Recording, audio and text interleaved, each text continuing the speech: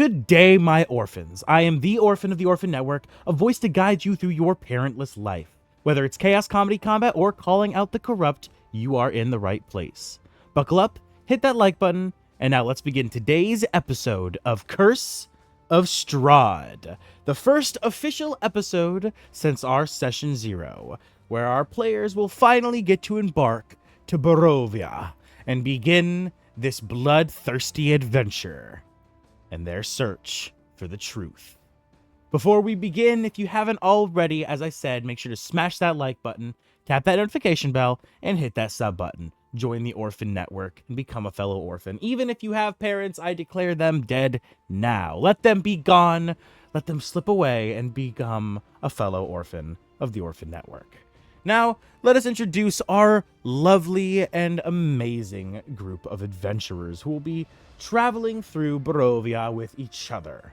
Starting at the top, and the most amazing of people I know, we have the one, the only Atlas. Hi everybody, I'm Atlas. I'll be playing for this campaign my Minotaur, Bogorinthal Shoe, Thunderhoof. Indeed. From there, we have the craziest people ever to set foot into my campaign, the one, the only Clark. I'm Clark. I am playing half-elf Ranger Zelenorm. From there, we have someone you'll recognize from many of my campaigns, the one, the only Kareem. Hi, I'm Kareem. I will be playing Ivanis, the Yuntai wizard. Eventually subclass of Wandlore. And, of course, we have the man who you'll also recognize from a few of my campaigns, the tumultuous Twisted. Hi, I am Twisted, and on this campaign I will be playing Azuriel, the War Cleric. And last, but certainly not least, the one who lives in my walls, who you'll recognize from every single one of my D&D campaigns, the King. Hello, I'm King. For this campaign, I will be playing Isaac Ghost Lux. He is a rogue who will eventually subclass into an assassin. And with that, we pick up where our Session 0 left off. All of our lovely adventurers awakening in a bed they did not fall asleep in.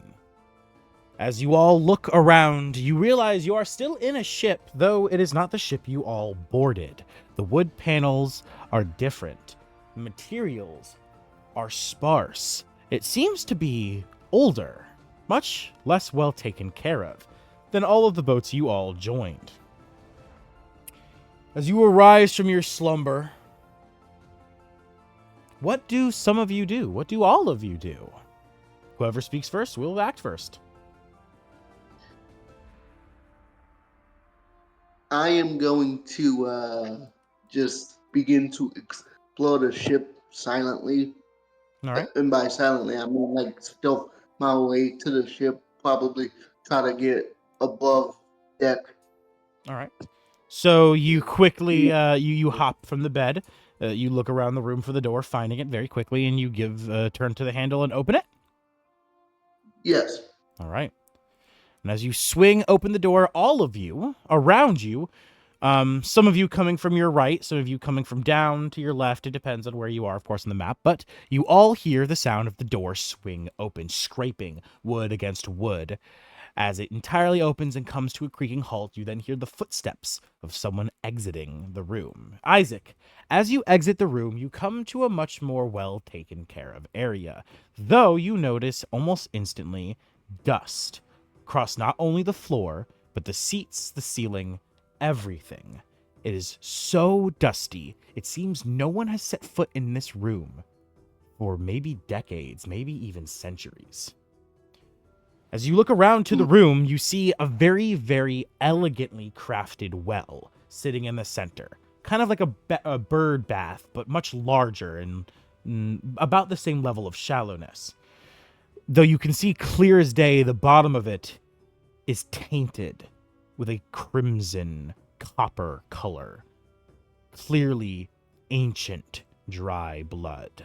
The seats surrounding this strange contraption are velvet, luxury, premium, though they share the same level of dust as everything else.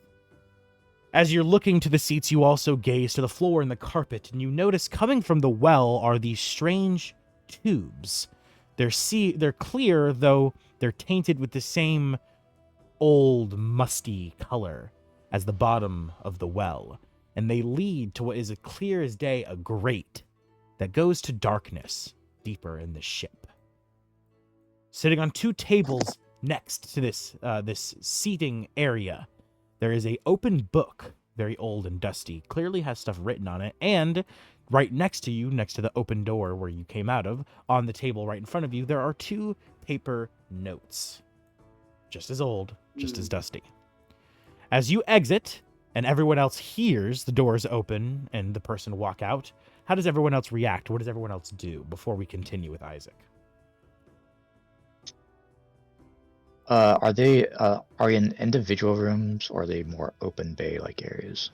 They are all individual rooms, yes. Each one of these rooms... So, like, there's walls There's a between- door. We're Yes. like in an enclosed space. Yes, I was you are. wondering 'cause Yes, I guess correct. 'cause some of the grid lines are kind of covering up where I guess possible walls. Yeah, the grid line. I don't know why the creator of this map added forced grid lines. I wish he would have kept it just clean, and I could have had no grid lines, because you know me, I don't really like grid lines. But yeah, just ignore them. Fuck the grid. Yeah, just ignore Notice them. the doors. I just want to make sure it wasn't like just Yeah. multiple doors. Yeah, for you right here, the door is right here. Obviously for Mo, it's right here. For Vadagar, it's right here. Avanis, yours is right here.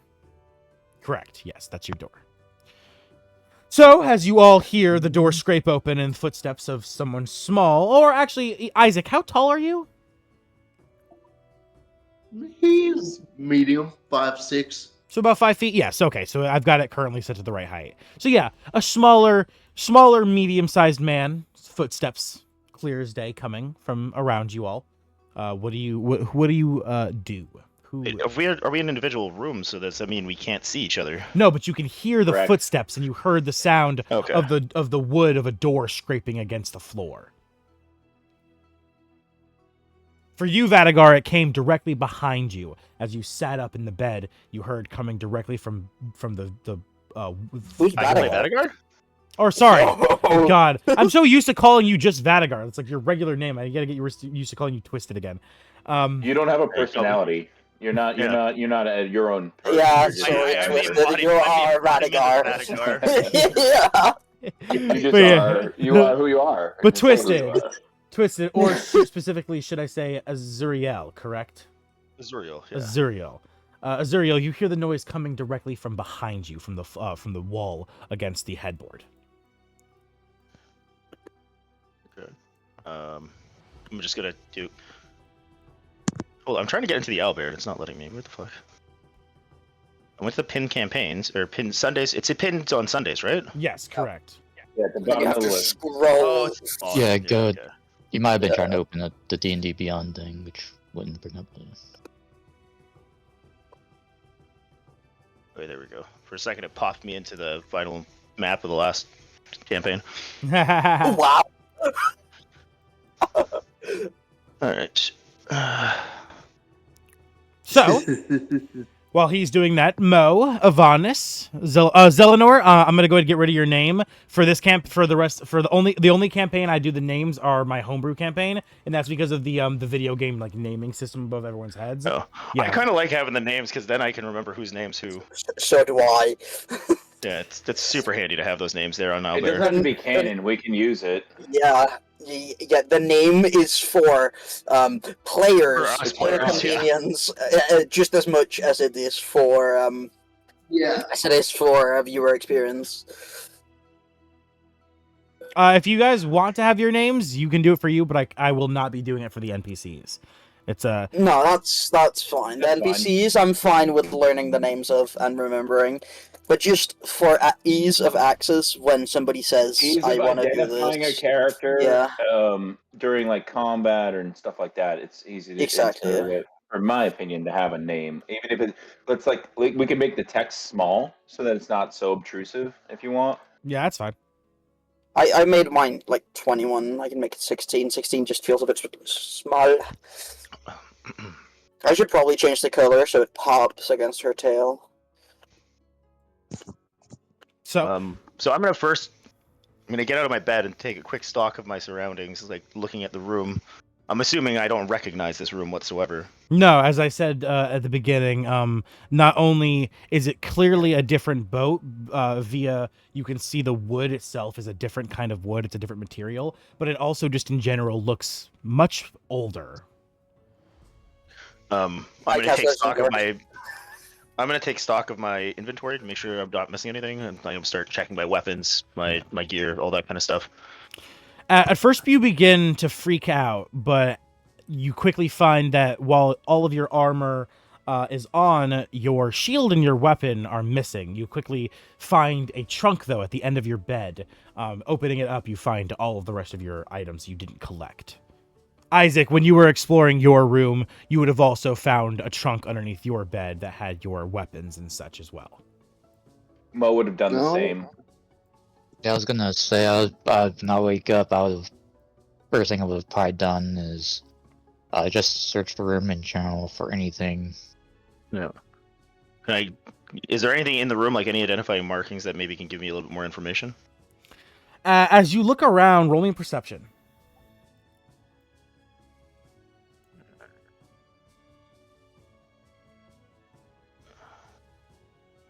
100, no thank you. It's a 19 plus 3, 22.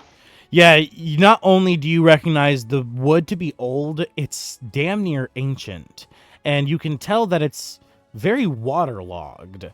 Where the panels meet at the corner of the ship, where the actual hull resides, you can tell that it's almost as if the ship has long since been overused.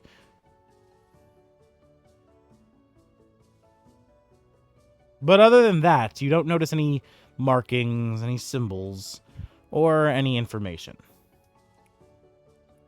And as you begin to search around, continuing to look, you hear another door open, scraping wood against wood, and then the sounds of something running on all fours, scampering, and then stopping. Something very small. As Isaac, you see a small little goblin come, not running out, but, crawling out on all fours. And then he's sitting on the floor, not too far from the center area, just looking around. He notices you, and he looks you up and down for a minute, and doesn't say anything, and then he continues to look around. Can I respond to him arriving? For sure. What do you do? He's gonna whip out his notepad and write in Goblin, "Where am I?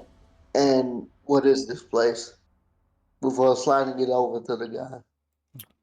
Walking over to him, he looks at you as you approach, and he just continues to gaze at you, staring you up and down. He's got a big smile on his face. He seems very friendly, very kind, as he just sits cross-legged on the floor, playing with his knees and his feet. As you write and you hand the notepad to him, he looks at it and he grabs it and he smiles with the same grinning smile. He says, "Oh, I am Hubgy. And I don't know where we are. I was gonna ask you that." He proceeds to write on the notepad, still in Goblin.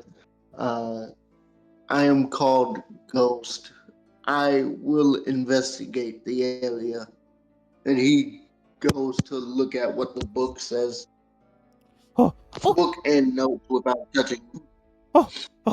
Nice to meet you, Ghost. But be careful. I smells bad things from that grate. And he points to the big grate on the other side of the chairs. Can I ask a clarification question, please? Go ahead. So, Ghost, Isaac, you're not saying anything. You're writing everything that you're communicating. Correct. Cool. In Goblin. But the goblin is speaking In common, too. Correct. in common. Yes, he's responding in common. Yes.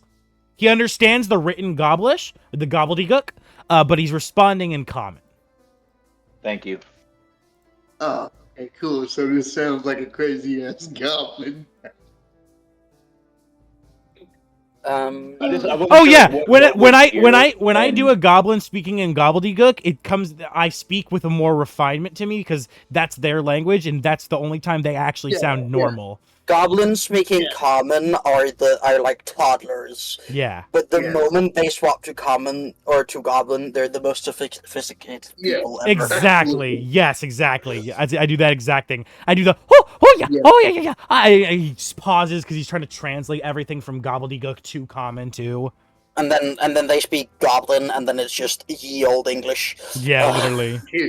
Oh, my fine gentlemen, it is good to see you yes. again today. Okay, but anyway, It is as good to see thyself again. Yes. as Hobby exits the room and everyone hears his little scampering and the sound of his door open, and then him speaking in a one-sided conversation, which appears to be to someone. Does anyone else exit their room? I think Ivanis would uncoil, and she'd look for her spellbook and staff, of course, and Yes. she'd find them presumably in the chest. Correct. Staff, not staff, wand. Yes. A beautifully custom-made cherry blossom wand, and she'd slither out of her room. It would be very clear that let me out. I open the door. The door's open. That it is not footsteps. That much is clear. She is 7 foot tall, with another 3 feet of tail just coiling behind her.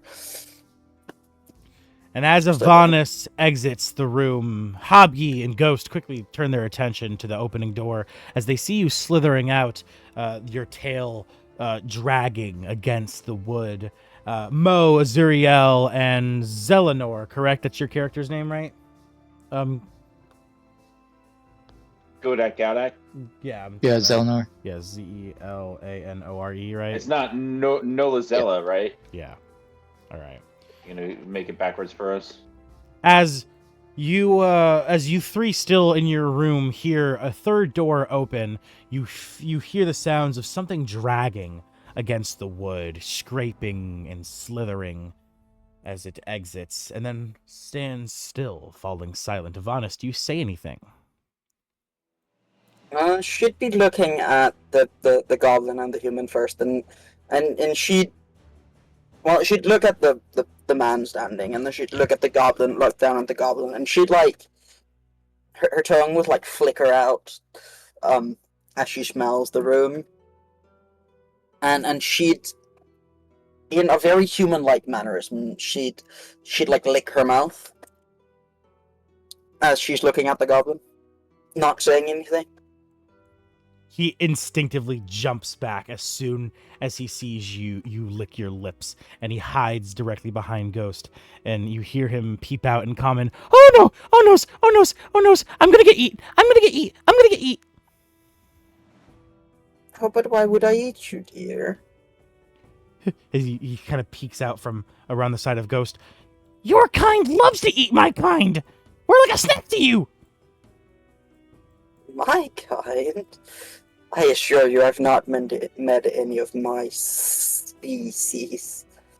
As this is going on, Ghost just whacks one of his firearms, like he draws it and just whacks it. So you's not like other snakes? You not gonna eat me like grandma's got ate? I don't think so. Unless you have a rat, that shouldn't be a problem. Oh, I do like rats, but I don't have any. A shame. Oh, okay. So you use not the hungry snakes. Oh, okay. As he kind of you see him semi calm down. He's still very freaked out, obviously. Kind of rocking back and forth on his hands and knees. Definitely locked eyes on you. Not breaking, like even blinking. Oh, seeing that, if instinct would take over in Ivanis, and she'd just narrow her already thin snake slit eyes. And they just lock onto him, not even meaning to. She just completely subconsciously lock onto him. In her mind, he's a not a companion. He's neutral. Her instincts, though, very much see him as a snack. Yeah, your species is still your species, and while you've never eaten a goblin before, something in your DNA is telling you this guy looks real That yummy. looks tasty. Yeah. As you all Ghost hear just this, writes on his- Ghost, go ahead, Ghost. Go ahead. Oh, Ghost just writes on his notepad in Goblin. I got you, and he'll pass it to the Goblin hiding behind him as he pats him on the head Oh, softly. okay. Thank you very much. Is anyone else smelling the bad smells? That's a good question. Am I? Uh, Did my tongue pick anything up? Oh yeah. The second you flicked your tongue, Avanis, you could sense in the air old blood. It's just thick. Okay. It's damn near suffocating. I mean, there's the blood. Yes, that's the bad smells. And there's a lot of it coming from the strange, dark, metal thingy grate. He points over here again. Yeah. Precarious. She'd Hmm. slither down. As you slither through the hall, through the way, you leave a trail behind you as the dust is broken. It's so thick on the ground that it's like a clear as day footsteps trace to where you went. Zelenor, as you approach the door, you grab the handle and you give it a twist, opening it. Up a little bit. There you go. Up a little bit more. There you go. There you go. You got it. As you slide your hand to the doorknob, giving it a turn and opening the wood door, Ghost, you jump a little bit as you turn back to see an elven man step out from the room, looking to you, a quiver on his back and a bow in his hand, a small little dragon sitting upon his shoulder. Blue and white in scales. It is quite adorable as it just stares. Here, I got you, Zelenor. Turn this guy a little round. Go ahead and put him to you, and then turn you that way. Oop, where'd he go? Oh, he disappeared. Where'd he go? He disappeared. What happened? The dragon disappeared.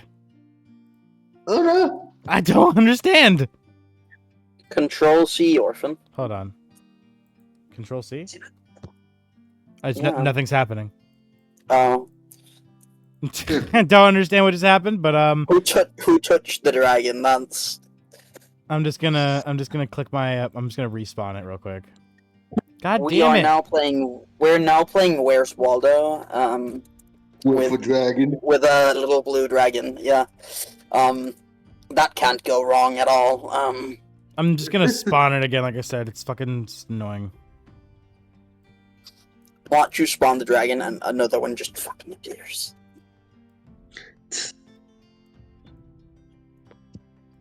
Orphan, did you know you can edit tokens so that when you Sure. spawn them, they always spawn the same size? And yeah, I know. I'm stupid. Just. All right. As Zelenor, you exit the room and you come face to face with a man dressed in all black.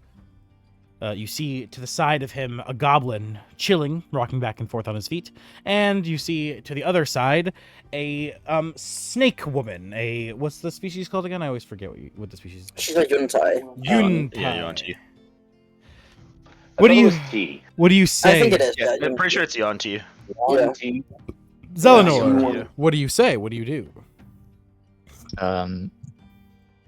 So stepping out and then just sort of being a green, because goblin, I'm guessing a random person in really dark clothing and a person with no legs.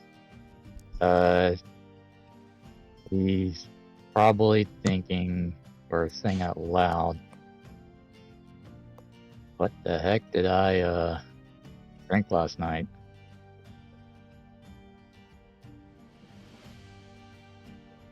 As you say this, you hear the goblin laugh from the right. Oh, he's funnies. He's funnies. Whatever you drank, it seems we all drank. Because we don't know how it got here either.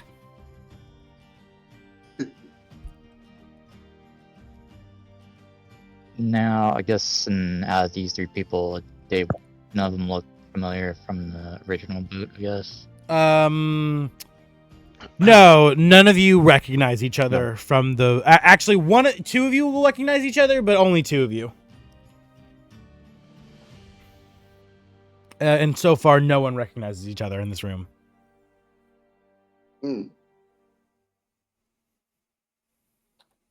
Alright, I guess, so I take it y'all are going to Ravenloft too?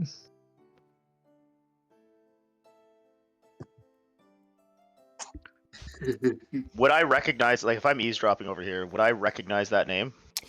Definitely not. Fuck no. Yeah, that's right.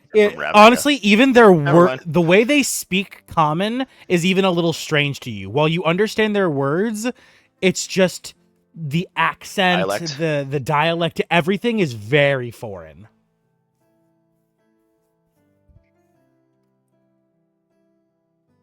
Mo. Atlas. Do you exit Can you the room? guys hear me? Now I can. Yes. Okay. I wasn't sure my push to talk was working. He will exit the room, but in glorious fashion. He checks like the others did. He will check for his belongings, make sure he has all of his things, and he hears this talking outside and this kind of commotion. But he's very confused because this isn't where he put his head down the night before or whatever. Yeah. Mo, as you sit up from your bed, the whole thing creaks underneath you, damn near breaking. As you hear the people talking and you get up from the bed, everyone suddenly falls silent as everyone hears doosh, doosh, doosh. Then silence for a second as you gather your belongings, and then doosh, doosh, doosh. As you approach the door, you slide it open, pushing it. Nope. Freak! What? Nope. What do you mean? He does not. He thinks he's trapped. He thinks he's locked in, so he kicks the door down. Okay, so everything you hear the loudest thudding, thunderous there's footsteps. some talking. I can't. Yeah. He doesn't understand. He thinks that they're like his jailers outside. So yeah, he's going to bust his way out of this jail cell that he thinks he's in. As you thud over. As you thud over to the door. Oh, nice. 25. I was really hoping for net one. Everything falls silent for a second as you examine what's in front of you, realizing and feeling you to be caged, not recognizing this to be just a traditional boat room. You reel back your hoof and you kick the door, and the wood splinters and shatters as the whole thing rockets off of the door frame. Now, normally I would have Ghost and Zelenor make a dexterity save, but they don't even need to, as by the time the door reaches towards where they are, it is broken apart into such small splintered pieces that it just flies around them like sawdust, like wood chips. And you would see almost like lightning crackling on those fine little dust pieces. As Mo, great. So you instead of a dex check, they just take damage. No, it's splintered. He's a Storm Herald barbarian, so yeah, there'd be like that crackle of thunder or whatever. Again, his last name's Thunderhoof. Yeah. Yeah, my joke was based on shrapnel. Yeah. From right. Yeah. No, I did not mean harm to anybody. No, of course. I'm well aware.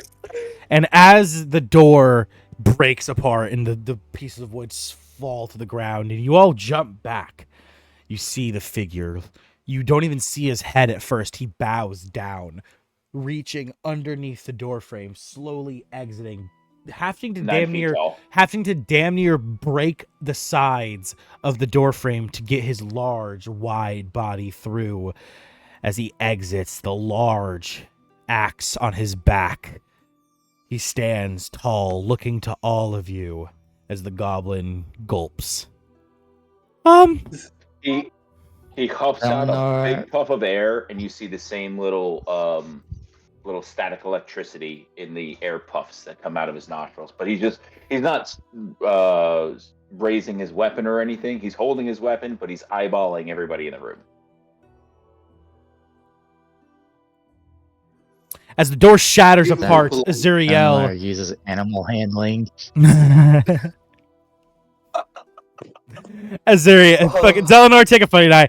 Azuriel, as you eavesdrop, you hear the explosion of the door next to you, or you don't even know it to be a door, obviously, but just the explosion of fucking something breaking, and then the thudding footsteps exiting the room. Do you finally leave your room as well, or what do you do? Not yet, but as I hear the thudding and I hear the explosion, I kind of instinctively raise my shield in the direction, and then I just kind of wait a second to keep listening. Mo, as you exit and you huff the loud smoke steam that comes from your nostrils, crackling with electricity, do you say anything? Yes. So he will say something to the effect of, "What sorcery brings me here? Who are you? Are you involved?" The goblin jumps back. Good, sir. Good, sir. We don't know how we got here either. We just like you. His voice raising like 3 octaves. I want a Insight. shoot. Yes, insight. Go ahead and roll me an It's insight. been so damn long. I want a truth check. I fucking love that. There's your natural one, Twisted. There's your nat one. Hey, Mo, as you do an Would have been insight funnier though, check, as you big guy. But... as you do an Right, insight if I couldn't check, break the door. as you look the And- goblin over, Mo, you can tell either with certainty or you're just so unsure you're sure that he is definitely not lying. What it is like he's not a threat. Like I can smash him with my boot. So even if he's lying, I'll take care of it later. He's looking to the rest of the people now. As He looks across at. I guess the most ominous figure is Ghost, and/or Ivanis, because she's not a typical humanoid. So he's looking more towards those. Zelenor seems to be like, whoa, like he's got his animal handling thing going on. So I'm less concerned about Zelenor as well. So it's more looking at Ghost and Ivanis for like, are you my captor? Are you the bad guy? Also, for those wondering, if anyone was wondering, she is a Yuan-Ti, but she's flavored more like a Lamia, but it doesn't have any actual effect other than her weight. Do I see the tail though? Yes, Yes, the tail is curling around her. Be suspicious. Yeah. Sorry, he's not racist, but No. Oh no. I know. I'm well aware. It's a snake. I'd Plus- also be suspicious. plus you and Ty are normally chaotic, aren't they? I'm pretty sure. Yeah, and So- plus she looks more like an actual Lamia, which is the monster. So I think most people would run, honestly. Ghost just gives Thunderhoof the universal peace sign. He's like, nope, just peace. 2 fingers. So Mo, you see Ghost raise up his fingers, showing the universal peace sign. You recognize this from mortals before, from people who saw your tribe, your herd, but wished not to fight, but rather to just speak or maybe even trade. So you instantly recognize this symbol. As you look to Ivanis as well. Ivanis, do you say anything to Mo? She'll wave friendly. With a smile on your face and a wave given, Mo, how do you respond?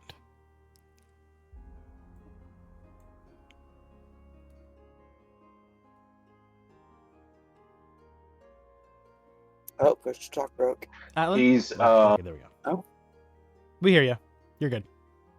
sorry, I was thinking. No, that's fine. He's thinking. He's silent. He doesn't. He still does not seem aggressive. He's just processing. How tall is Mo, by the way? 9 feet. 9 feet. Oh, okay. If you add his horns, maybe 10. I mean, if Ivana's laid down, she's also 10 feet. He's as big as you can be and not be too big for a player character. I think Like it depends on the Goliath size, 9 feet. system. Oh, yeah, Goliaths can be that tall. Yeah, that's right. I allow up to 10 feet tall for player characters. Yeah, That's so like great. I said, if you measure him like hoof to horn, Yeah, 10 feet. hip, it's 10 feet, but like Yeah. Yeah. hoof to head is 9-ish. Okay. Yeah, okay. So, as And the he has a big ass axe in his hand and a big ass mace on his back. I think he's a shield too, but so he seems more of a fighter type. okay. So Mo, as Ghost gives you a peace sign, Ivanis gives you a smile and a wave. How do you react? Like I said, he's processing. Okay. He's gonna keep his back to the wall, but obviously, no, he's not going to. Mo. Aggressive. Now that you've searched the, not searched the room, but you've gathered the room. You've seen everyone. You know what's going on. You take a deep breath in, and you smell something instantly. Your animalistic senses, your nose knows instantly. I'm just gonna put your character like this. Just leave your character like this and put him here. You smell coming from the opposite side of the room, from right behind Ivanis, from the depths of this black grate. You smell rust. Old rust. So putrid and just vile. You know it not to be metal, but to be dried, old blood. Some even smelling fresh.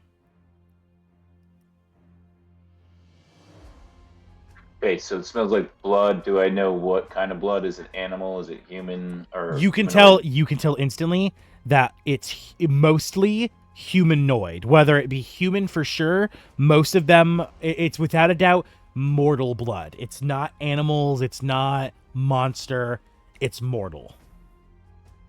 Okay, so that's not making me feel more comfortable, but But it's like I said, it's not coming from no, any individual in the room. he's not saying anything yet. Yeah. Like I said, it's Right, not yeah, coming from I any got you. individual, but coming from underneath the floor, from this grate. So let's leave Mo. He's processing. Okay. He's going to stand in his little corner by his door, keeping his eyes on everybody, but maybe he's not holding his axe as high anymore. Okay. Trying to figure out what the hell is going on. Does anyone do anything in response? I would ask that you check your DM. That's okay. Okay. Orphan, how are you doing? I need to check in on my DM. Ghost, as you approach the table, you look to the book. It's so covered in dust you can't read what it says. You can just see some scribbles of words underneath the thick layer of old dust. Do you pick it up to read it? Yes, very gently. All right. As you pick the book up slowly, you realize that was a good idea because the binding of the book is damn near decayed. The leather is rotted and falling apart. As you flip to the first page of the book, you see, hold on. One second. Nick, I've got one more question to ask you. I forgot one other year I need to know. Hold on, I can Google it probably. If you don't know, I'll Google it.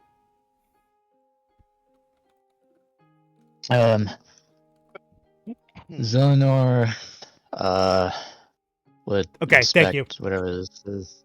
Thank you. Okay, so Ghost. Sorry, Zelenor. I'll get back to you in just a second. Ghost. Cool. As you pick up the book and you open to the first page, you read 335 BCE, Day 1. The feast is amazing. We haven't had food like this in decades. Now that we have the new benefactor, our new leader, he's gifted us this boat and this wonderful, wonderful power. We'll continue to use the people aboard the boat as a refuelable source, draining them time and time again. Though at a certain point, they will be empty. But we have time before that, so Astrovia, let's drink. You continue to flip through the pages, Ghost, getting to day 100. We've noticed signs. They've begun to dry.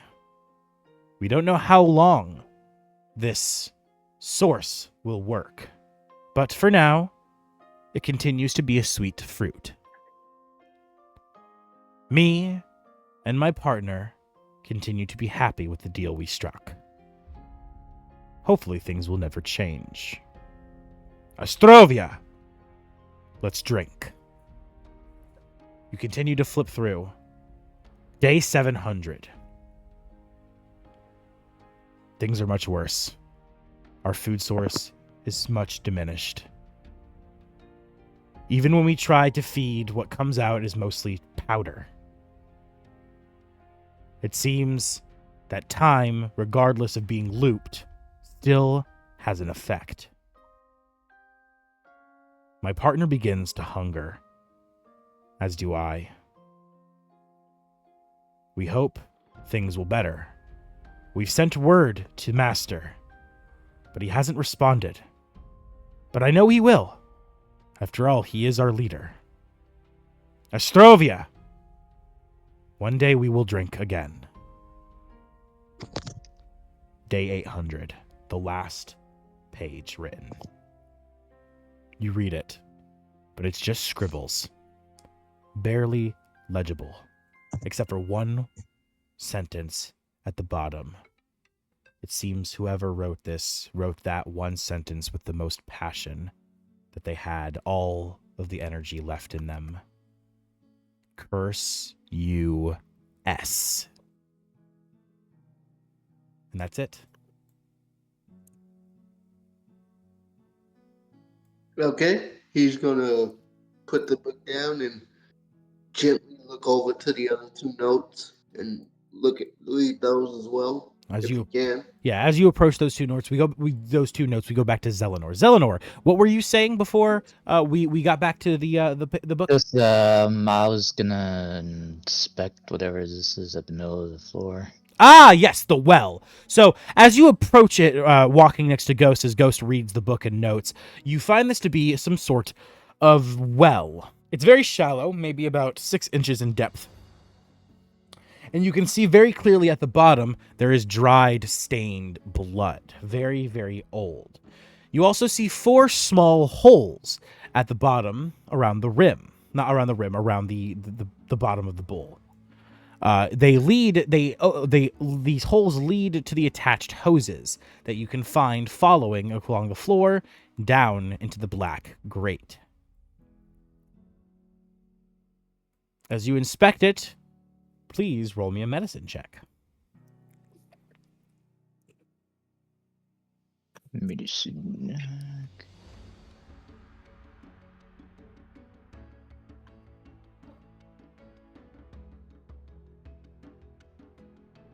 Hmm.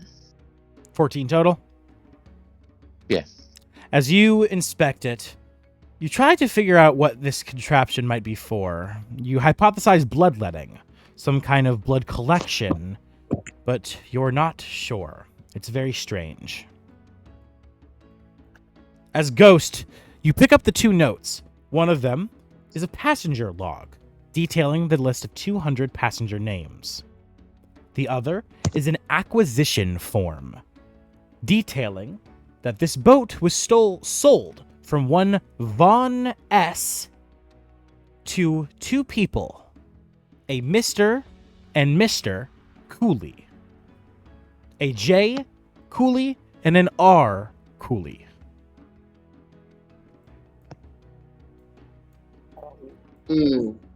Okay. Now, I, the player, feel like I've put some stuff together, if not everything. But do I need to make a roll to put together? No. If you're playing your character with intelligence, then you can use your intelligence to figure things out. You don't need to roll. Oh, well, I'm playing with more wisdom because he has all these facts. And Wisdom, he just intelligence. As long as you're not a dumb character, you don't have to roll to figure things out. Okay, cool. So clearly, I'm trying not to metagame and just be like, all right, these guys are vampires. But clearly, these guys made a deal where they were probably consuming people. And he got that from the repeated line of let's drink, let's drink, let's drink. Not let's feast, not let's eat, but let's drink. One day we will drink again. It was always about drinking, never eating or consuming in any other fashion. Yes. So, with all that information, he is also going to look over at the pool and try to determine what's going on with the well. Joining Zelenor, you both begin to investigate it. Roll me a medicine check as well. Okay. Roll at advantage too, because you have a clue. You have a hint. Okay. Orphan, you said Von S, right? Von S, correct. Okay. Okay, can I have you double check the DMs?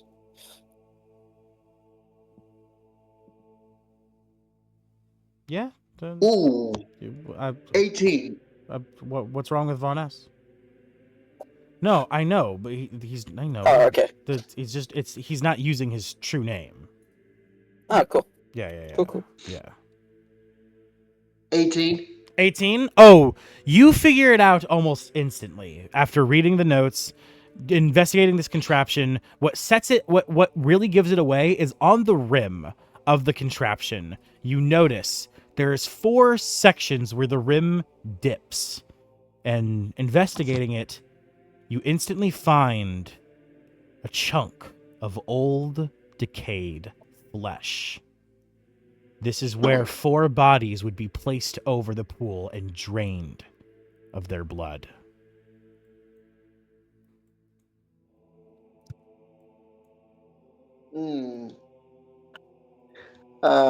Ghost will then just sort of sigh and pretty much, without trying to sound too much like an edgelord, initiate stealth mode as he tries to augment his footsteps as he prepares for what could be a fight against vampires. Do you follow the hoses to the grate to inspect? Yes. Can I finally roll an investigation check on that fucking grate? Yes, Avanis. As Zelenor and Ghost are investigating the well, and you follow the tubes to the grate, please roll me an investigation on the grate. First off, would a passive of 16 give me anything?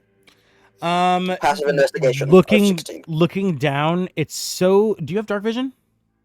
I do, 60 feet. Looking down, you can see instantly what's down there. You see a pile of bones stacked so high you couldn't even fathom how many bodies lay down there. And out of the corner of your eye, right out of sight, over underneath the wood, from this direction, you swear you see 2 moving objects. But they're so hunched over, so hidden, can't quite tell. Huh. Interesting.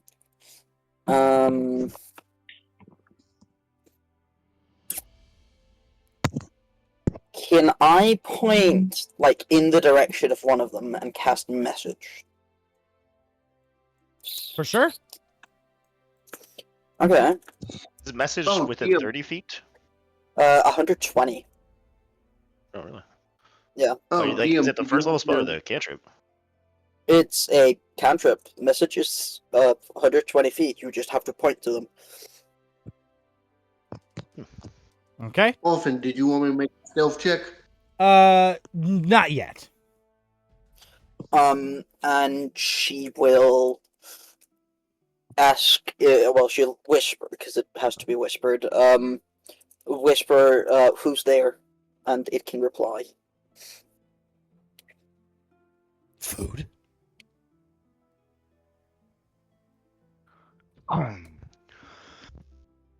All you hear is food, Okay. and then the two figures dart further into where you can't see them.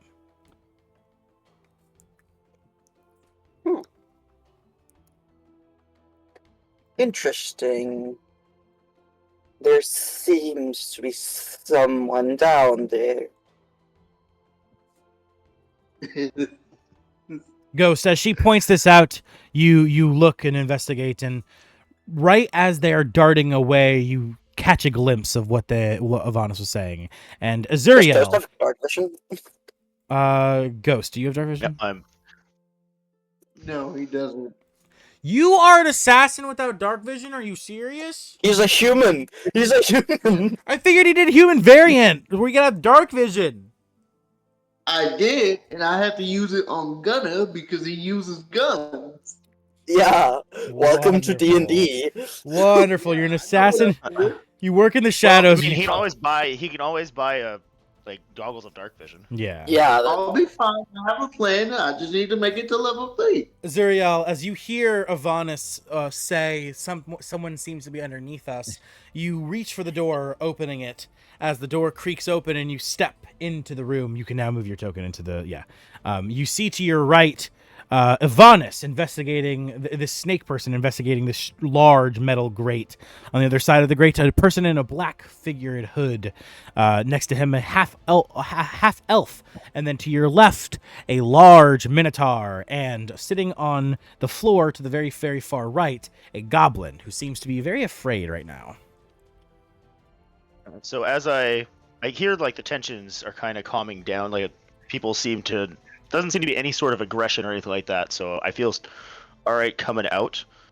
So what everyone would see as the door opens, you'd see a very heavily armored, clad human in appearance, guy with long dark hair step out, and very dark, very pristine looking armor with a golden insignia on his shield and his shoulder pad, as he steps out and kind of just looks around quietly.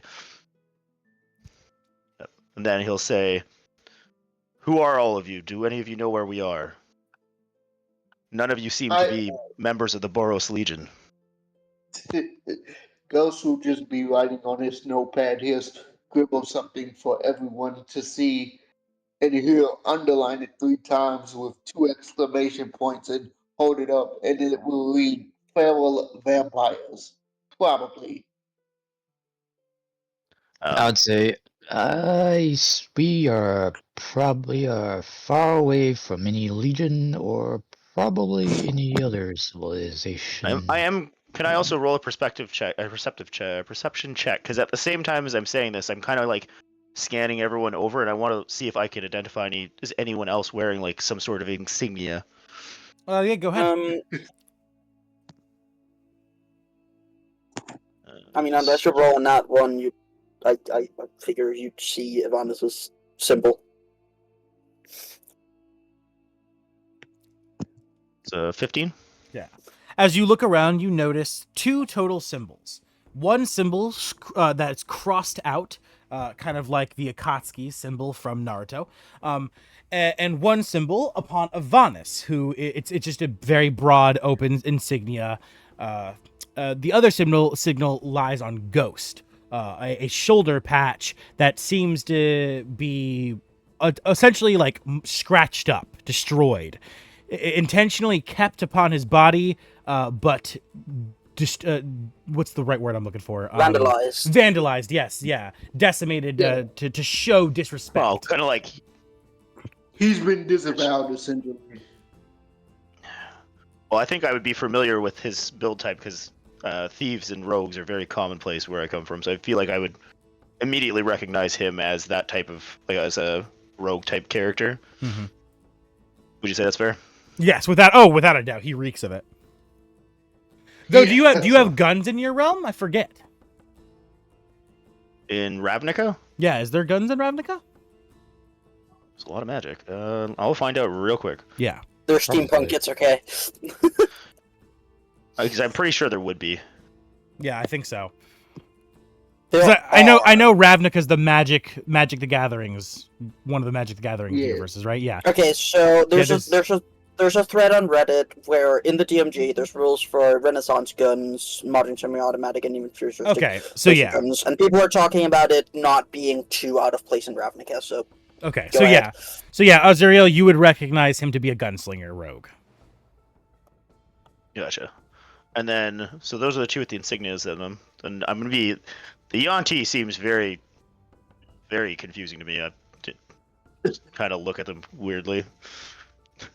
And then, so you say there could be vampires. Do I know what a vampire is? Yes, there are indeed vampires in the Magic the Gathering universe. Correct.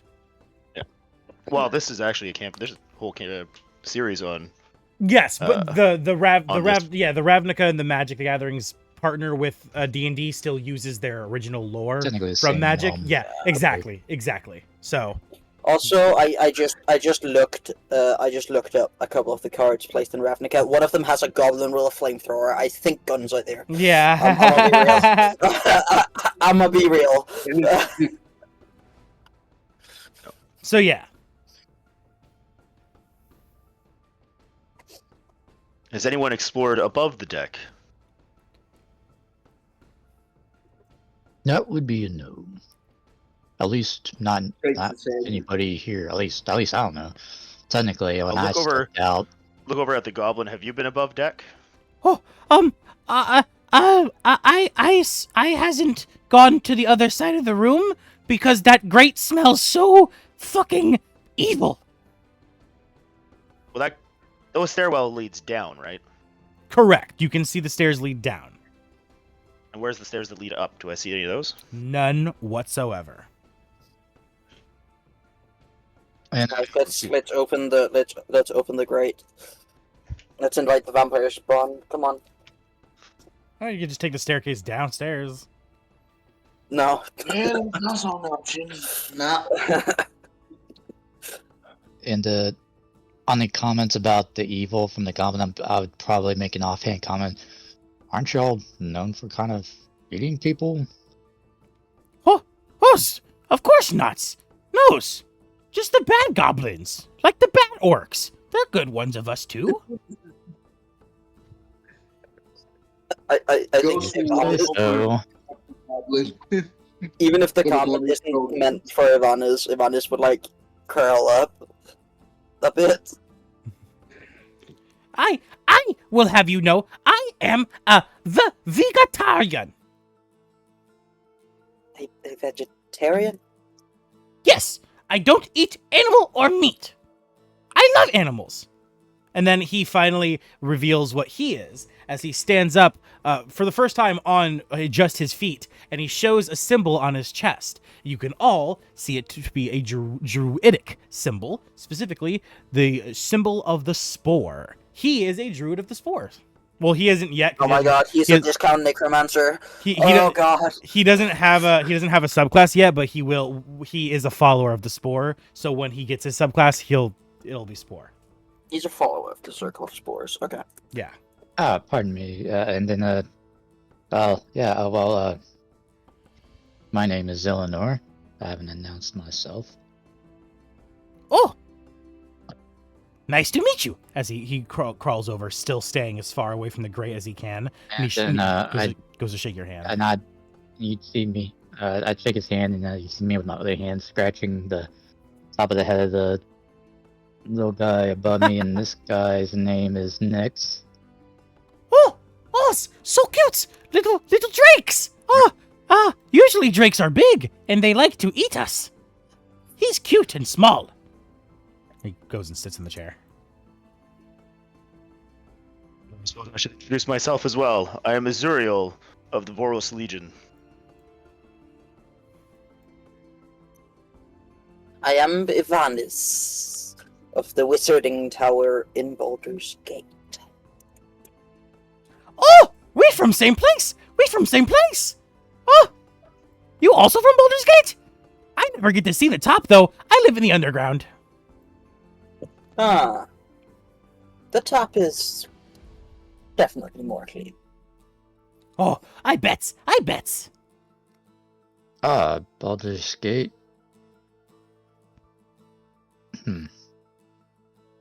You might have visited my mother's shop once or twice, maybe. What is it called? It doesn't have a name, at least I didn't give it a name. The What Nor, does she sell, then? the Nor family shop. The Nor family shop. Okay, what does it sell? It's an apothecary. Oh yeah, she would have definitely visited. Oh, you've done the apothecary. Yes, I've visited before. And I'll glance over at this lumbering beast folk over here. And what is your name, sir? He eyes you.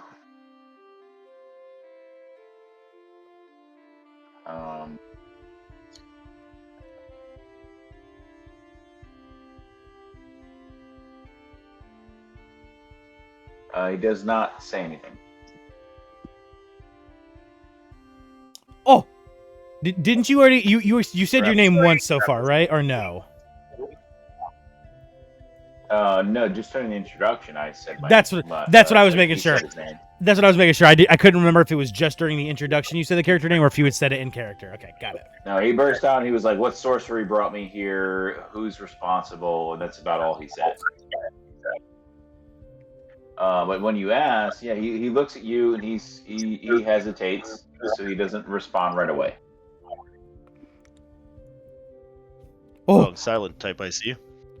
I think Big Guy is worried about. He hops out a puff of air with static electricity in it. Oh, Jesus. Oh, every time you do that, fucking Hobby jumps back. I guess we'll just call him Sparky for now. I don't think that's a good idea. You don't want to piss off Minotaur. Minotaur's pissed off or not happy. Ghost will write down something on his notepad and pass it to the Minotaur. And what it says is basically, would you mind clicking your fingers so we can get this over with?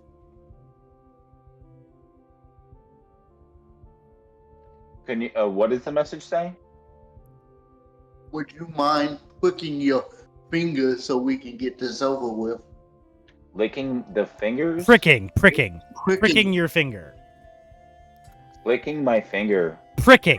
Pricking. Pricking. Like if you have diabetes. Pricking. Oh, like stab, take a blood sample? No. Mo does not understand the message and does not comply. Yeah, that makes sense. He just looks at you with confusion in his eyes. Oh, this is going to be an interesting. Let's call him Sparkles. Does anyone remember that scene from the Avengers where Thor does like the lightning thing and he's like, "Oh, Sparkles."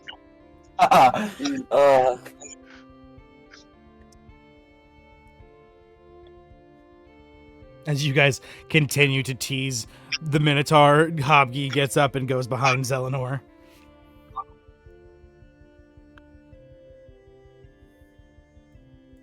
And as he steps up from the seat, and he gets off the seat, you all hear a loud click and this turning of some gears as the staircase downstairs begins to there's a locked door at the bottom, and you begin to hear the sound of the door opening and gears turning It seems it was locked, but with Hobby getting off of the chair, it activated some kind of pressure plate, unlocking it. Well, that doesn't seem good. I'm gonna walk around here and I'm gonna apply pressure to the chair. As you apply pressure to the chair, you hear the gears turning again as the sound of the door closes. Well, let's just put a lid on that one, shall we?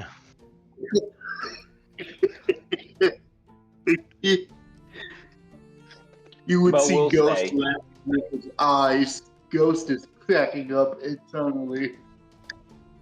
Mo would say when you do that, he would mention what he sort of experienced, and say, "Death lives down there." Yes. The stench of blood does definitely exude this room. Looking down at the pool of puddle, like the big puddle of blood on the floor. Yep. Oh, it's not a puddle of blood on the floor. It's so this is a well, right? And it's dried blood on the bottom of the stone well. Yeah. Yep. Still referring to it to a Blood Yeah. well. blood, but Blood well. Blood well, exactly. It's a blood well. Yeah. It's a blood well. Typical Could common imagine why. everyday blood well. Except for it's all dry. There's no actually like fluid blood.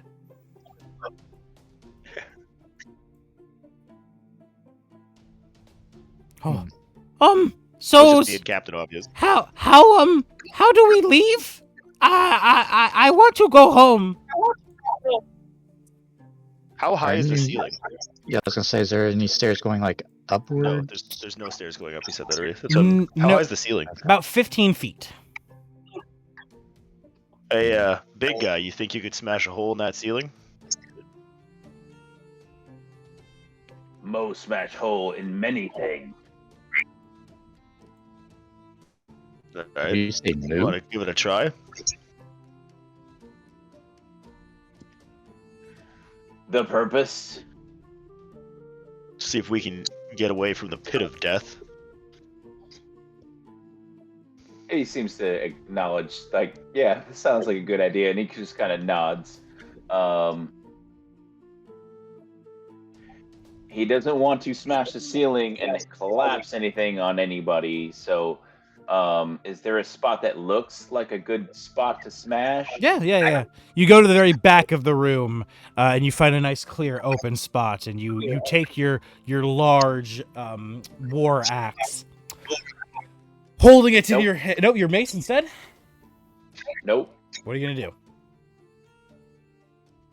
Jump really hard. You're gonna attempt. I'm gonna smash it with my horn. You're gonna attempt a 5 Oh. feet vertical leap. Yeah. Okay, make me an athletics Sounds check. like nothing. It sounds like nothing. Make me an athletics check. Yeah. I really hope your horns get stuck in the roof. 16. All right. Well, I'm gonna give him guidance. Add a D4 to that.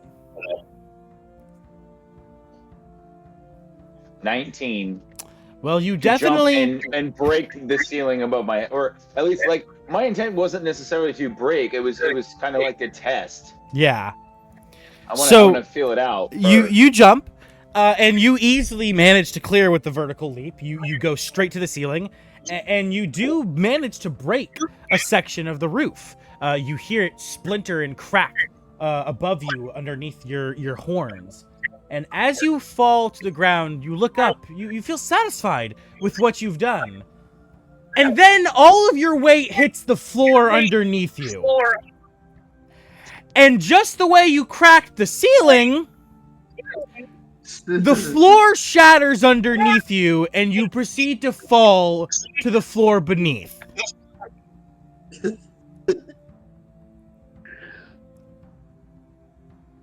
So, Okay. Orphan, did you see down. my DM? I'm just glad my heavy snake wasn't the one who broke the floor. How far of a drop is it? Yeah. Can you describe that experience? Yeah, for And, sure. Is it dark? Do I see anything? Did you insta dive from dropping 60 feet?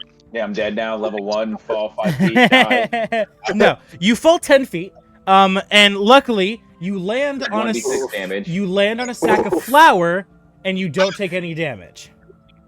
Well, you're 9 feet tall. I was gonna say if you're 9 feet Five tall, damage. then You don't take any damage. You don't take any damage, Alan.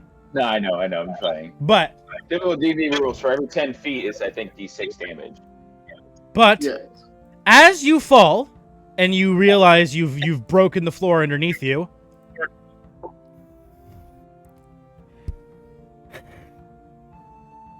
you land on the bag of flour. Hey, you're definitely hurt, not physically, like you didn't take any damage, but hey, you fell 10 feet, landed on your back. He's sore. You're sore. As you definitely fall 10 feet without doing damage in real life. as you slowly gather yourself, putting your hands to your side, you begin to feel something to your left. As you try to get yourself up, you slip a little bit as a bone rolls out from underneath your hand, and you turn over. Mo, do you have dark vision? Good question. Would there not be light coming from this room going down? There is the tiny little bit of light right here. Um, Yes. But other than that, I need to see if he has dark vision or not. My browser is not playing. I don't think Minotaurs inherently have. I don't think so. No. I'm not seeing No. it, but So my browser's not working very well. So we'll go off the fact that you probably don't. As you look No, to I your don't. left, as you look to your left, you see the grate. You see the lights shining down onto the bones, and you see two shadowy figures hunched over. You see the darkness of the shape of their head slowly lift as their crimson red glowing eyes lock onto you. Can I see this from above the hole if I'm looking into the hole? You see him. You see him fall. You see him kind of stagger a bit to get himself back up as he slips on something. But as for the figures, no, you do not see the figures because they're like right here underneath this well. He's here, you're here. So yeah, they're like right here, he's here, you're like right here. Hey, you're right down there, big guy. There is company. All right. And I'm gonna hop down and kind of do like a superhero landing beside him, putting my shield onto the ground. All right. As you jump down, landing next to him, you see. Do you have dark vision? I do. And as I'm going down, I'm gonna cast the light cantrip on my warhammer. All right. As you jump down, landing next to him, staring directly forward towards the grate where when you jumped, you see clear as day instantly what it is. Two robed figures, old, rotted, decayed clothes. Their skin snow white, ash and pale, thin like paper. Their bones shriveled and sticking through most of their skin. Their teeth sharp and wretched. The numerous, countless corpses all underneath them. As they look to you, they're still hunched over, feeding on an old, rotted corpse, attempting to drain blood from its bloodless body.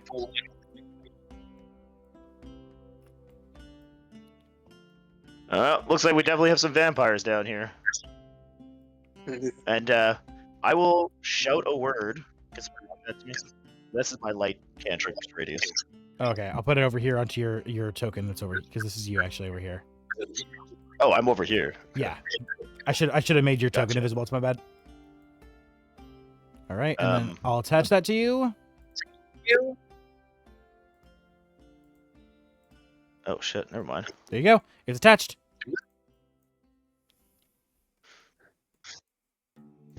As all the four of you up top hear him call out, "Yep, there's vampires down here." Do you guys jump down as well?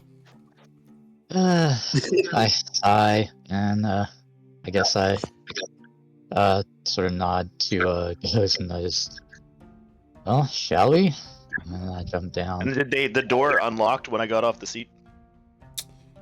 So you were sitting in the seat, or did you just put pressure on it? No, I have like Captain Morgan style had a foot on it. Okay, got you. All right.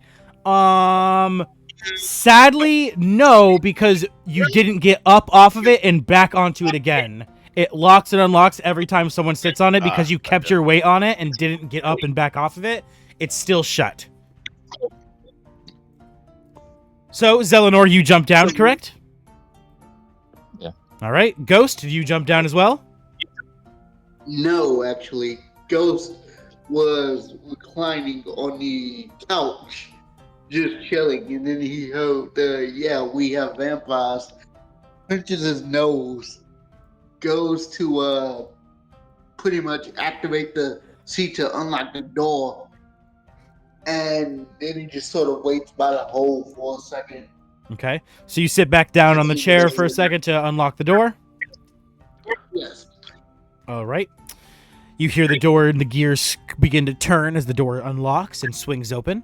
And as you walk back over to the hole and you stare down into it for a second, you see Hobby shuffle over to you as he looks up to you and he says, could I stay on your shoulder while we jump down? I have a feeling he was trying to go down the stairs. I didn't know he was going back to the hole. Ghost just looks at Hopkey, pats him on the head, and then he gives him like the buddy pat down the hole. As you fucking both go falling down into the hole, Hobgy. Kind of screeching and freaking out, but This sausage party of a party has managed to go through so many holes already. Like, No, am I in a party of bards? What's going on? whatever. Now, quick question. yep. I know they're down there. They don't know I'm up here. The only evidence they have is someone messaged them. Can I see them while I'm falling? No, they're hunched over still. They haven't stood up yet. If you're trying to be stealthy, you can try to jump down into Mo's shadow. Yeah, that's essentially what I'm trying to do. So can I roll into Mo's shadow basically as I land? Yeah, for sure. You want to go stealth? You want to roll stealth? Sure. Would that be at advantage since I have a Minotaur blocking my line of sight?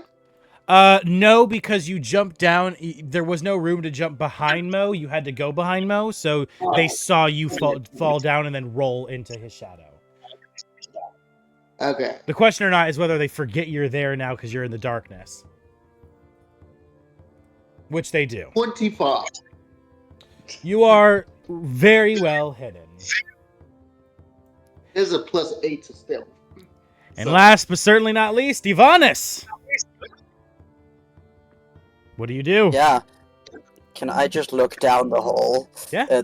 Not the hole, the grate. Can I just see from the grate? Yep, you're looking down to the grate.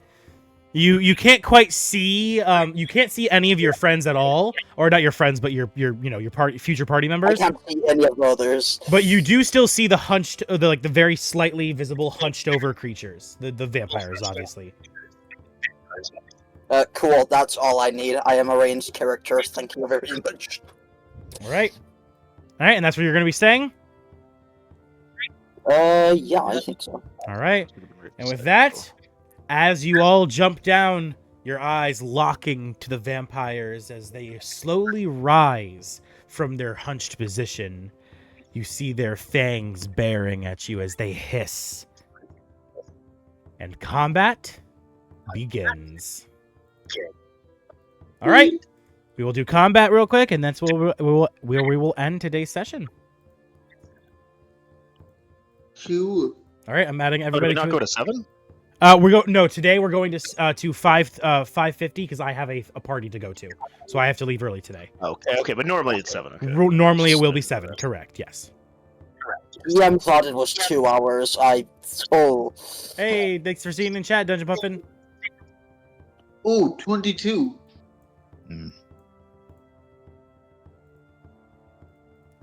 All right, everyone, you're in the initiative tracker. Go ahead and just add yourself. Oh yeah, rolling initiative. I've got a Sidor. Hey, Hobgy got a natural 20. Yeah, buddy. Secret tunnel. Natural 20. we have matching initiatives. How cute. Yeah. Damn.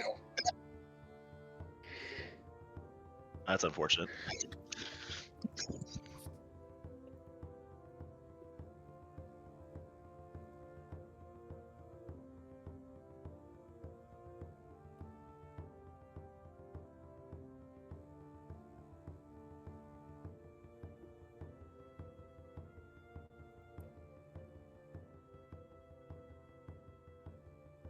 It's so good to be high up on the initiative tracker for once and not beat Donovan down. Mo is not on the initiative tracker. Oh, Mo's not there? There we go. Now he is. Oh, who not won? I didn't have one. I did it. I rolled a 2 minus 1. Oh, you have minus. You have minus dex. IRP, brother. IRP.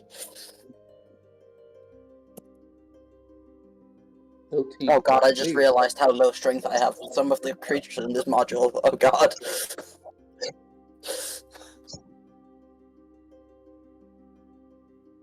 Yeah, we're all in initiative there. All right. I'm rolling my vampires right now.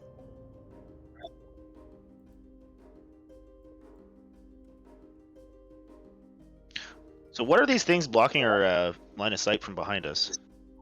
Those are rooms, doors. Like there's a bunch of rooms behind you and shit. So we're back to a wall, essentially, is what you're saying. There is 2 hallways here and here, but yeah, there's these rooms right here. Okay. Oh, God dang it. Come back. Damn. All right. Rolling my... Here we go. First one... A natural 1. Yes. Second.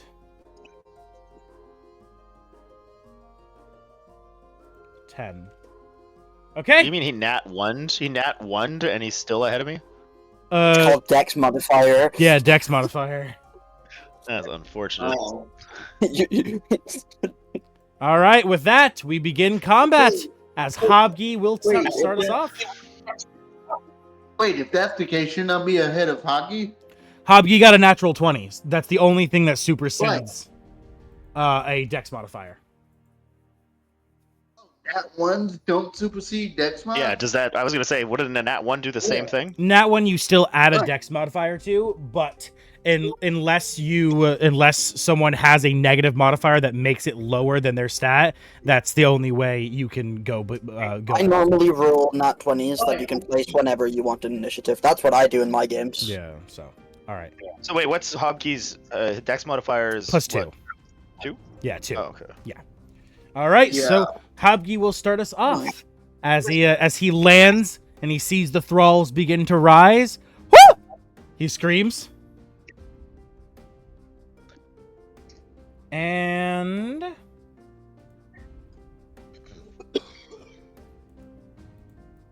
yeah. He is going to run to the corner and he's going to hold action, healing word. Okay. Ghost, you are up. As you see Hobgy shriek, run to the corner of the ship, and then you see him holding his hands up, channeling some magic, waiting to do something. Okay. He can, I'm assuming I can see the vampires.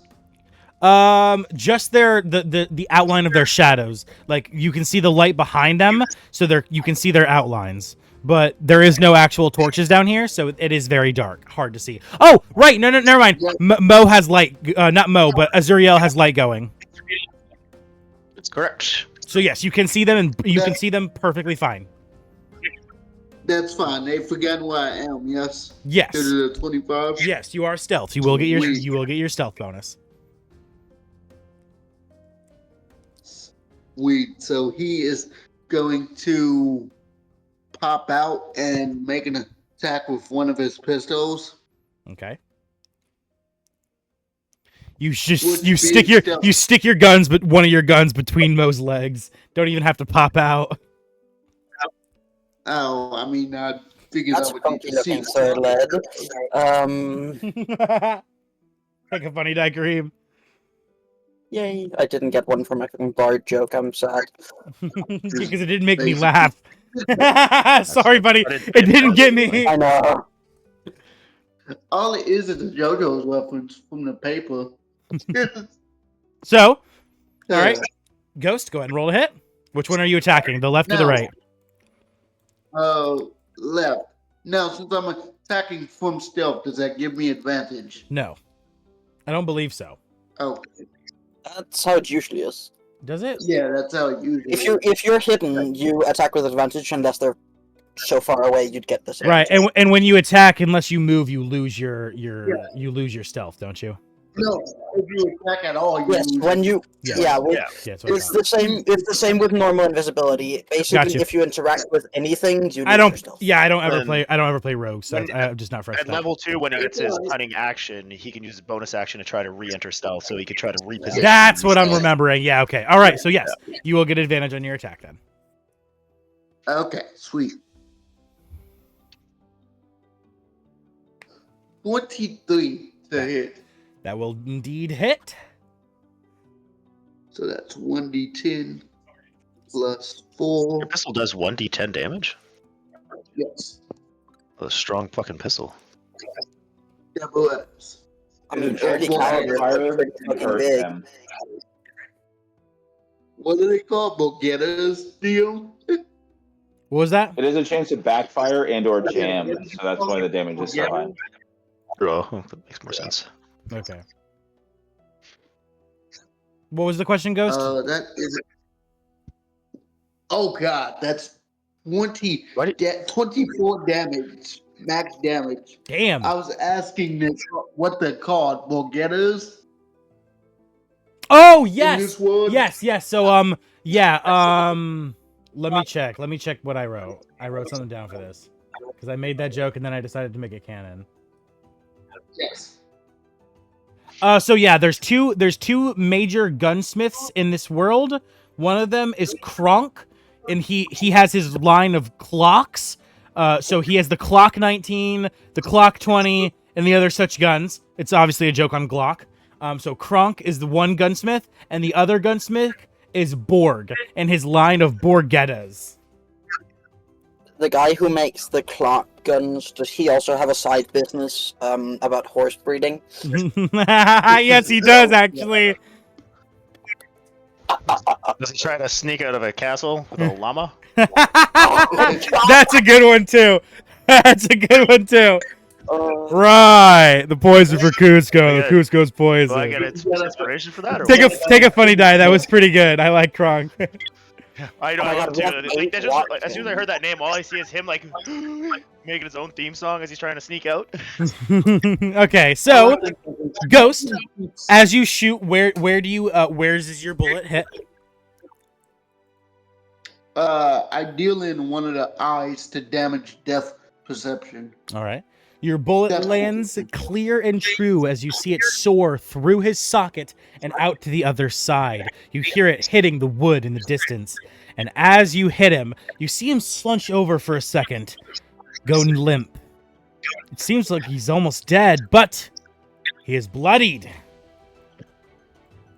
As you see him shoot back up, look to you, and hiss his teeth.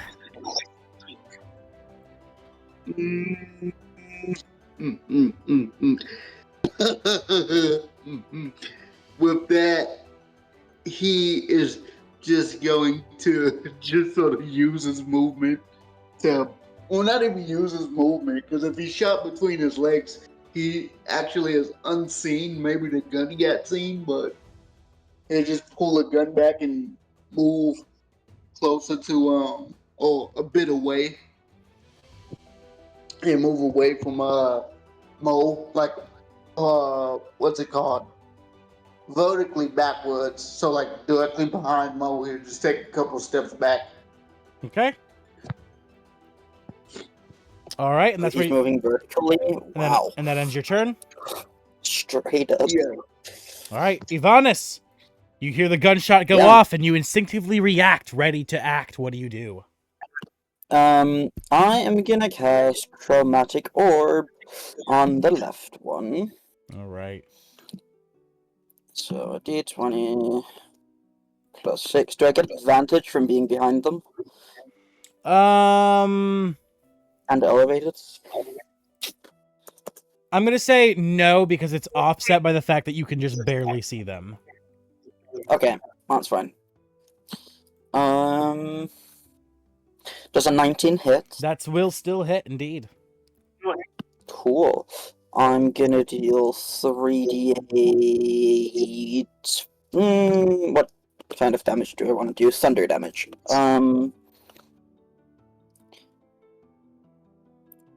15 for thunder damage. Go ahead and describe the kill for me.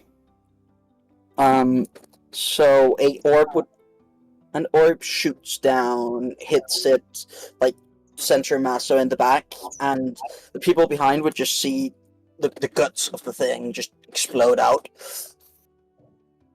As you see out it, the front. as it drops to his knees, it looks up to the man next to it. You see a tear fall from its face, Mo, Azuriel, Zelenor, and Ghost, as it drops to the ground and it turns to dust.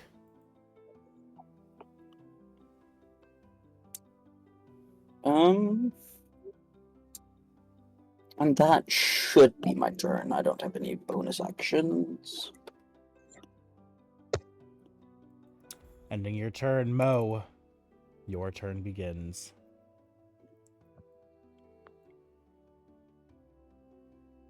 Received.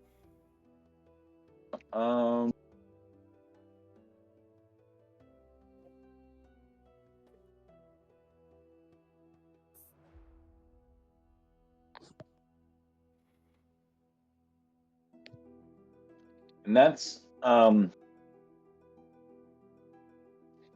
understand what Mo sees is it's just these like two little weak individuals in a room full of bones and bodies and stuff. Yeah, they're clearly vampires. Very old, frail. They're starved. They haven't eaten in decades.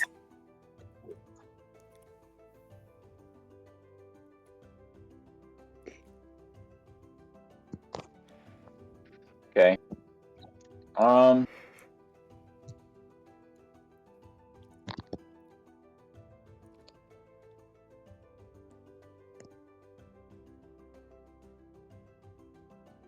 As a player, I think you want me to kill this thing so that we can move on. But my character would almost feel sympathy. So It's almost like seeing a starving animal in a cage. yeah, like I just feel bad for it. Oh, So I'm having trouble deciding what my character would do. I mean, a starving dog that's at death's door is best put down. Oh, just put it down. Yeah. All right. Well, Now, I Hoga, thought Mo would've been like, this see is how too feral weak. it'll go. Mo switches to his great club. It's been so long since I created this character. Dash attack.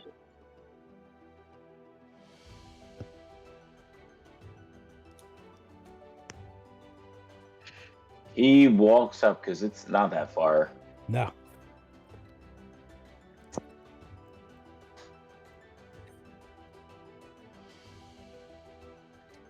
He will mutter something that I don't think anyone else will hear. And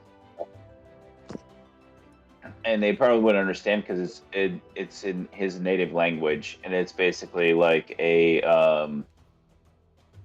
what do you call it? Like last words. Yeah. last rites. Something you say before killing something out of respect. And he says a few words, and then he tries to clobber this thing. All right. Roll to hit. To hit is 6.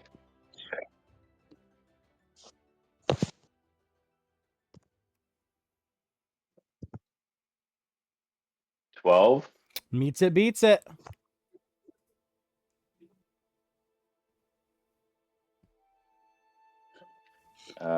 Club is 84.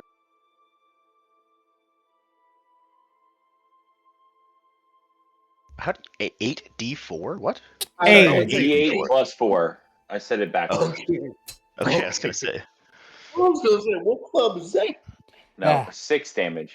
As you bring the club down onto the thrall, you hear bones crackling. You see his skin and flesh tear. But he brutes the attack. Looking you in your eyes, he hisses at you as you end your turn, and he lunges towards you. Nope. Nope, you're not done? Nope. I as my hammering horns, if I hit a creature with a melee attack, I can use a bonus action to shove. Okay. DC 14 strength saving throw. All right, DC 14 Please. strength save. Got you. Let me roll that. Strength save is... Meets it, beats it. Rolled exactly a 14. Silvery fucking barbs. Oh, okay. Silvery barbs as I roll again. I mean, I'm not sure pushing it's going to make any sort of big thing, No, but he does. I'm not going to Yeah, waste shove the it, bonus shove can action. knock him prone too, can he? I'm not going to waste a bonus action, yeah. Isn't it like push 5 feet or knock Yes, prone? yeah. Well, because of my horns, it's 10 feet, up to 10 feet, and prone. Yes. Yeah. Sadly, the Oh, so it's second both. the second roll was a 14 on the roll, so a 16 total. So he will beat it regardless, as he brutes Will the give push. advantage to Selenor, though. Okay. Fuck is going on in my elevator? All And right. that would, yes, then it would end my turn. And as you shove him, pushing him with your head, attempting to knock him back, he brutes the punch as he looks to you. He's got and paper you skin, but he can stand up to a 9-foot-tall minotaur. Okay. Yeah. Sorry. He's quite angry about the death of his compatriot, his comrade. As you see him grit his teeth, you see him flex his fingers, sharp claws extending from his nails as he raises his hands and he scratches at you. Rolling.